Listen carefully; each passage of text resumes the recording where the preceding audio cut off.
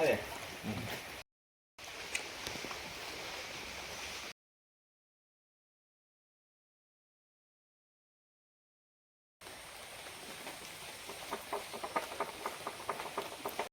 കാല് നോക്കി.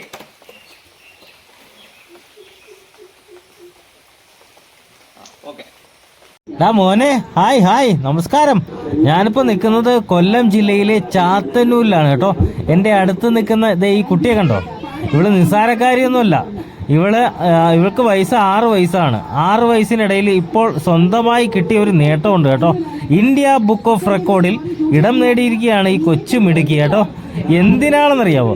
അതായത് നമ്മുടെ ഈ വെള്ളത്തിൽ, അതായത് ഇത്തിക്കര ആറിൽ ഏകദേശം 20 മിനിറ്റിന് മുകളിൽ ഇങ്ങനെ പൊങ്ങിക്കിടന്നു. ഈ ശവാസനം പോലെ ഇങ്ങനെ പൊങ്ങിക്കിടന്നുകൊണ്ടാണ് ഇവള് ആ റെക്കോർഡ് നേടിയിരിക്കുന്നത് കേട്ടോ. ഇത്തിക്കര ആറൊക്കെ നീന്തി കിടക്കും കേട്ടോ ഇവള്. അതുപോലെ ഇവളുടെ നിരവധി കഴിവുകളുണ്ട് ഇങ്ങനെ ഈ വെള്ളത്തിൽ. അപ്പം നമുക്ക് അതിനെക്കുറിച്ചുള്ള കൂടുതൽ വിശേഷങ്ങളൊക്കെ നമുക്കൊന്ന് കണ്ടിട്ട് വരാം. ഇവളുടെ അച്ഛൻ ജെയിംസ് ഫയർ ആൻഡ് റെസ്ക്യൂ ടീമിലുള്ളയാണ്. അദ്ദേഹമാണ് ഈ കുഞ്ഞിന് അതുപോലെ സഹോദരിക്കുമൊക്കെ ഈ ഒരു പരിശീലനം നൽകുന്നത്. വന്നോ.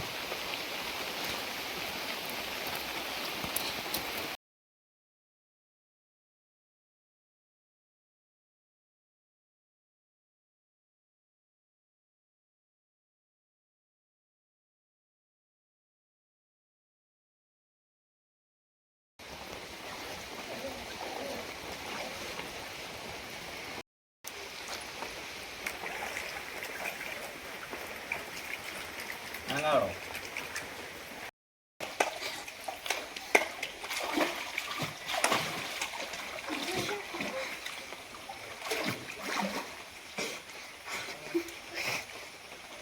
മാറി മാറി മാറി മാറി മാറി ക്ഷീണിച്ചു.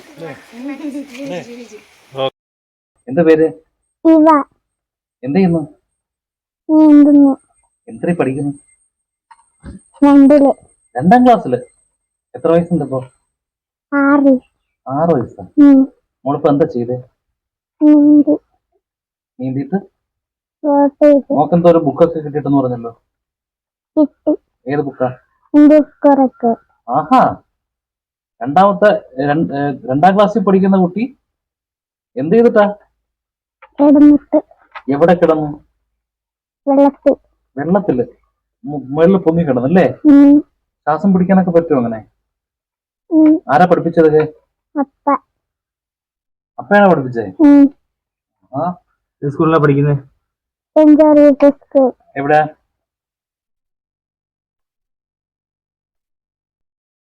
ജെയിംസ് എന്ത് ചെയ്യുന്നു? ഇപ്പം ഫയർ ആൻഡ് റെസ്ക്യൂ സർവീസിലെ ഫയർ ആൻഡ് റെസ്ക്യൂ ഓഫീസർ ഡ്രൈവറാണ്.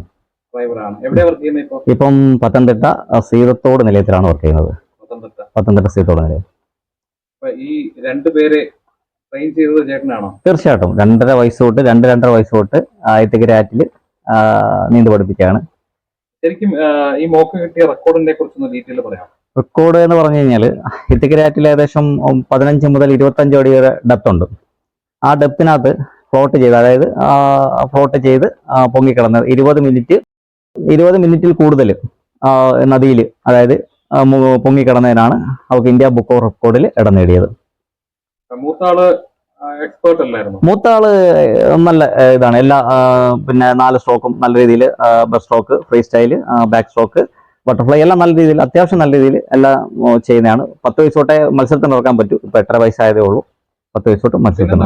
ഇളയ ആളെ കൊണ്ട് റെക്കോർഡ് എടുക്കാൻ നോക്കിയെന്ന് പറഞ്ഞാൽ ഞാൻ ഒരു ദിവസം പരീക്ഷ നോക്കിയപ്പോൾ അവള് കിടക്കുന്നുണ്ട്. അപ്പൊ ഞാനിങ്ങനെ വിചാരിച്ചു എന്തായാലും ഒന്ന് ഇന്ത്യ ബുക്ക് റെക്കോർഡിൽ കുറച്ച് ശ്രമിച്ചു നോക്കാന്ന് വിചാരിച്ചു. പക്ഷെ അത് സക്സസ് ആയി. ഒരു മുട്ടായി ഓഫർ ചെയ്തു. അതിനൊക്കെ കടന്നു കഴിഞ്ഞാൽ ഒരു മുട്ടായി ഓഫർ ചെയ്ത് തന്നെയാണ്. അങ്ങനെ അതെ അതെ, അങ്ങനെ ഉണ്ട്. റെക്കോർഡ് കിട്ടിയേക്കാണ്. റെക്കോർഡ് വളരെ സന്തോഷമുണ്ട്. എന്നാലും ഇത്രയും ചെറിയ പ്രായത്തിൽ 6.5 വയസ്സിൽ അവള് ഇത്രയും ഒരു റെക്കോർഡ് വരുവാണെന്ന് പറഞ്ഞാൽ വളരെ മക്കൾക്ക് വേണ്ടി ചെയ്യാൻ വേണ്ടി ഞാൻ നിർമ്മിച്ചൊരു കുളമാണ്. പിന്നെ കുട്ടികളൊക്കെ അത്യാവശ്യം വരുവാണെന്നുണ്ടെങ്കിൽ അവരെ പഠിപ്പിച്ചു വിടും. പിന്നെ സമയം ഉള്ള സമയം നോക്കിയിട്ട്, പിന്നെ ഇതിനകത്ത് ഉണക്ക സമയത്ത് ചെറിയ ശകലം വെള്ളം കുറവാണ്. അപ്പോൾ ആറ്റിലോട്ട് മാറ്റും. ആറ്റിൽ പിന്നെ കൂടുതൽ ഒരു 4 പേരിൽ കൂടുതൽ അവിടെ പഠിപ്പിക്കാൻ പറ്റത്തില്ല. നമ്മൾ ഇത്ര താഴ്ച ഉണ്ടായതുകൊണ്ട് ഒരു 3-4 കുട്ടികളെ കടവില് അത്യാവശ്യം മണലൊക്കെ ഉള്ളതാണ്. അതുകൊണ്ട് വേറെ അപകടമുള്ള സ്ഥലത്തോട്ട് ഞാൻ കൂടുതൽ വിടത്തില്ല. ലൈഫ് ബോയും ലൈഫ് ജാക്കറ്റ് എല്ലാ സുരക്ഷാ മാനദണ്ഡങ്ങളും ഉപയോഗിച്ചുകൊണ്ടാണ് പഠിപ്പിക്കുന്നത്. എന്തായാലും നീന്തൽ എന്തായാലും അവിഭാജ്യ ഘടകം തന്നെയാണ്. അത് ഉറപ്പായിട്ടും അവരെ നീന്തൽ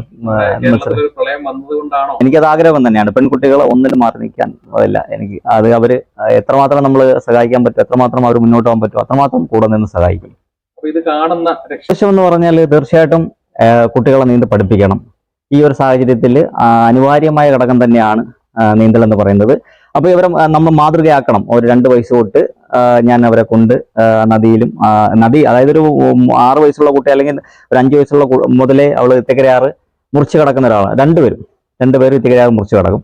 അപ്പം എല്ലാവരും, എല്ലാ പെൺകുട്ടികൾ മാത്രമല്ല എല്ലാവരും നീന്ത് പഠിച്ചിരിക്കണം. ഈ ഒരു കാലഘട്ടത്തിൽ നീന്ത് പഠിക്കുന്നതിൻ്റെ ഒരു ആവശ്യകത ഒരു വളരെ ഇതാണ്.